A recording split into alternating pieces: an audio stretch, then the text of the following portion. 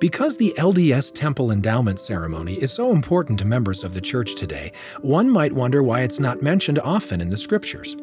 However, the endowment does appear to be alluded to often in the Bible, the Book of Mormon, and the Pearl of Great Price, which can help us appreciate the endowment more.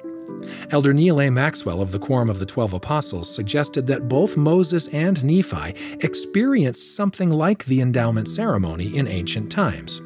Both were taken to high mountains and shown grand visions.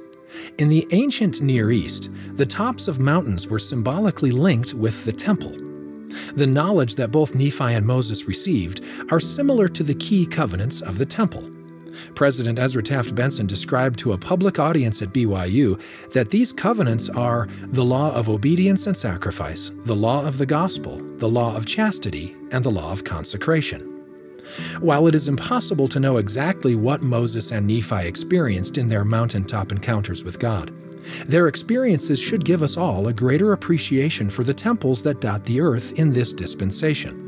Our time in the temple can be just as powerful as Moses and Nephi's time on their mountaintops if we're prepared to enter into solemn covenants with God and to receive all the revelations and blessings God is willing to give us. The accounts of Moses and Nephi remind us all of the significance of the temple. We should all strive to think a bit more about the grandeur of our temple experiences, and remember that when we're in the temple, the house of the Lord, we follow in the footsteps of Moses and Nephi and are truly in the company of God and stand in holy places. And now you know why.